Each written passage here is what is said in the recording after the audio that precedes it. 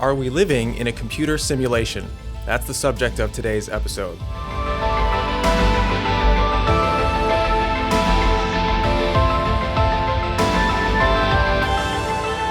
Hi, my name is Keaton Halley. I'm here together with Paul Price. Hello, Paul. How's it going? Pretty good. And today we're going to talk about this idea of whether all that we see and observe around us is not real, but rather merely a computer simulation.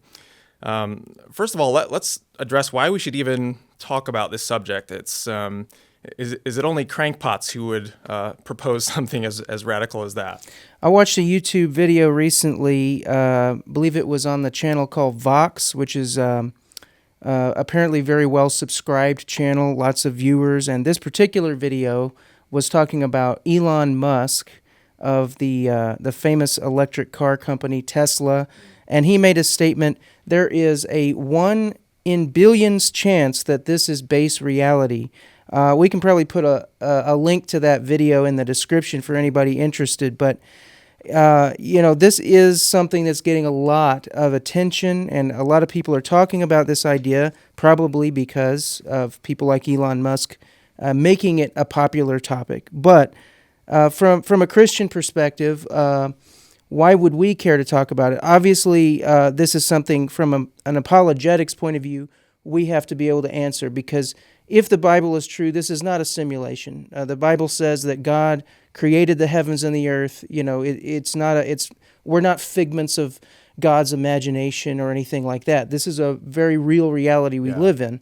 Now, that's not to say that there's not, a higher realm even than this one, a spiritual realm, but this is not a simulation or a fake reality from a Christian perspective.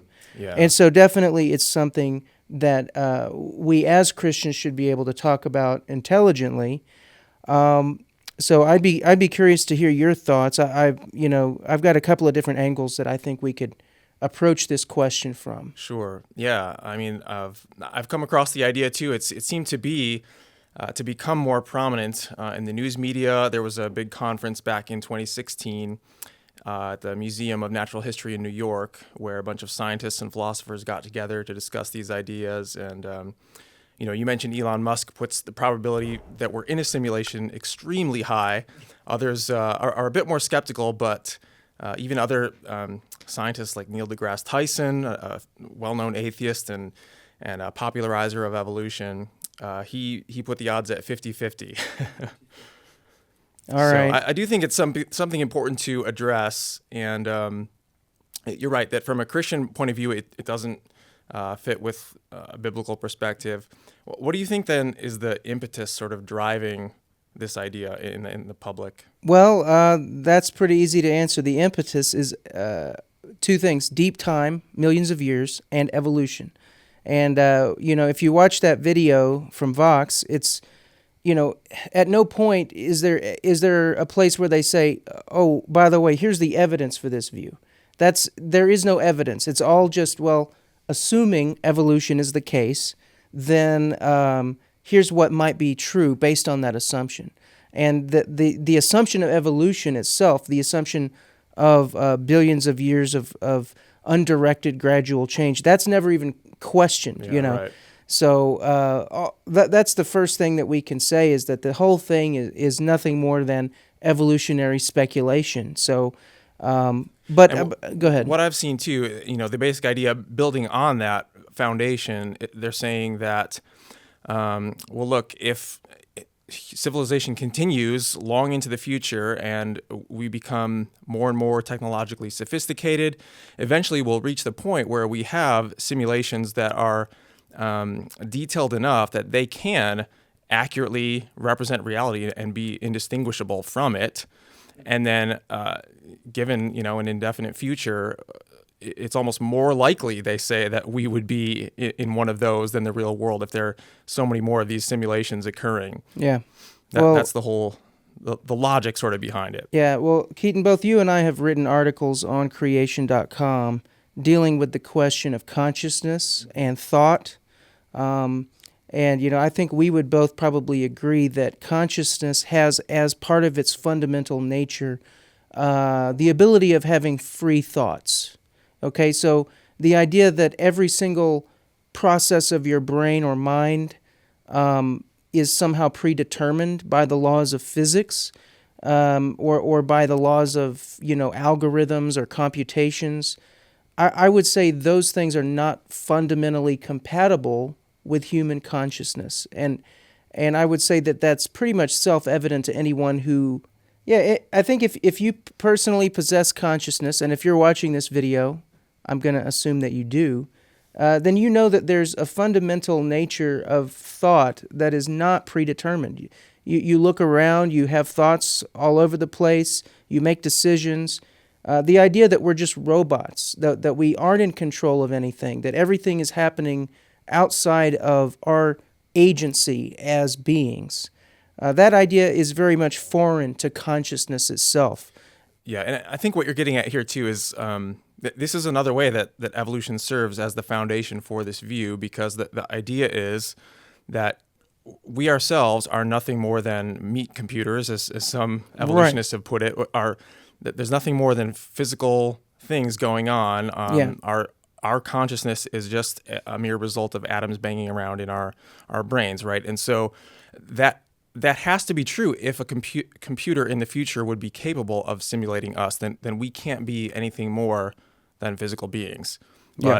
But we would challenge that idea based not only on what the scripture tells us, but also how that's consistent with our experience of the real world. Yeah, it's just inconsistent with everything about human experience. There is no way that we are just machines or automatons. Yeah. And so that is one thing that totally defeats all of these speculations that this video and that Elon Musk and those guys are putting out there. All of their speculations have to assume that we are just machines, and that doesn't fit reality. Well, let's talk about some of the problems with this idea then, although we've already kind of said that there's no positive evidence really in favor of this view, and I submit the burden of proof would have to be on those who are advocating a radical idea like that. But what other problems, anything else come to mind? I think there's two basic ways to knock this down. The first way would be the worldview approach. Okay, look at the Christian worldview. Start with the Christian worldview and with the belief already in place that the Bible is true, and I contend you can make sense of the world around you that way. Start with this idea, the idea that we are living in a simulation. And what does that give you? I would say you can't make any sense out of anything. You can't even trust your own thoughts. If we're living in a simulation, then who decides what I think or believe? It's not me, it's the programmer. Yeah. So if the programmer would think it's funny to make me wrong about something just to have something interesting in his simulation, well, then that's the way it is. You can never be sure of anything. It's kind of a self-defeating idea if you think about it, because you're relying on your reasoning or senses or both to come to your view that we live in a simulation, which then entails that your reasoning and your senses aren't necessarily reliable. So then you've just knocked the ladder out from under your own feet. It's all determined by the programming rather than you being an actual being that God created, capable of reasoning and exactly independent thought and that. The Christian worldview provides a foundation for knowledge. This idea that we're living in a matrix or simulation, that doesn't provide a foundation for knowledge. So it's a non-starter. So that's the first angle. And then the second angle I would come at it, this one is from the creation.com article that actually deals with this. And that angle is creation.com/is the universe a simulator. And the author... Actually, there's a good shortcut for that, just creation.com/simulator. /simulator? They can get the same Okay, I didn't know that. Yes, I think that's a piece by Sean Doyle. Sean Doyle. Right. So creation.com/simulator. Okay, and he basically says, and I like this point of view, or this line of reasoning as well. He just says, that these people that are making these statements are implicitly agreeing with design arguments here, because they're saying, well, look at all the evidence for design in the universe. That must show that we're living in a simulation. Yeah, well, it's kind of ironic. Why not just say that the Bible is true and we are living in a created universe? That works a lot better than saying that we're living in a computer program. So Yeah, exactly right. One of the articles that I saw that actually did try to give one line of reasoning in favor of this simulator view. They said, well, look, it's incredible how the universe around us is describable by mathematics. And we find mathematics involved in computer programs, therefore that makes it more likely that the universe is a simulation. But right. of course, the real universe, outside of that simulation, would also have to be governed by the same laws of mathematics in order to have the potential to have a computer simulator being built. So it begs the question and kicks the design just like back the up a notch. panspermia thing, which Yeah. we'll do another video on that. But it's very similar to the idea of panspermia. Define that for people. Okay, panspermia, and again, this is really a topic for a video in and of itself, but it's the idea that life would have originated outside of the planet Earth, and the reason people are saying that is that the evidence is really showing that life isn't going to arise by chance here on Earth. So they're kicking the can down the road to some other place that we can't test or observe, and this is really the same thing, just a different angle. Instead of saying life originated on another planet, they're saying, this planet isn't really real, and the real reality is something inaccessible to us that we can't really directly test. Yeah. And so it has the same problem. It doesn't answer anything, and all the same issues that are leading us to this idea would exist on that theoretical other plane of existence. So it essentially causes an infinite regress. If that world, what about that world? Is it a simulation? And then the other world, is it a simulation? And how where does it end? Yeah. Where's the base reality? How do you get to that? Yeah. So fair point.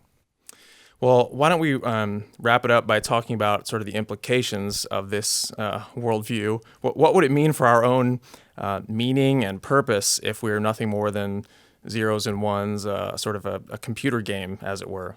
Well, have you played Lemmings? Yeah, years ago. I think that's what it would mean. All right. In other words, there is no purpose. In other words, if the player of the computer program clicks for you to get a bomb and explode, then that's what you'll do. It doesn't really matter. It's just a game anyway. And by contrast, the Christian worldview, of course, gives human beings value and purpose and meaning. We're made in the image of God and so forth, and we're loved by our Creator, and so much more healthy way to look at life. I would say it's a much stronger foundation for having a purpose in your life. Yeah. So that's a good take-home message, is that your life does matter because you're not a simulated being; you're a real being. Yeah. Well, thank you to the listeners and viewers for watching, and we hope you will like this video and subscribe to our channel. Oh, and give us your thoughts, by the way, in the comments section, because I would like to hear all of your thoughts on simulation theory and if you've found evidence that you are a real person. All right, sounds good. Well, this is Keaton Halley and Paul Price signing off.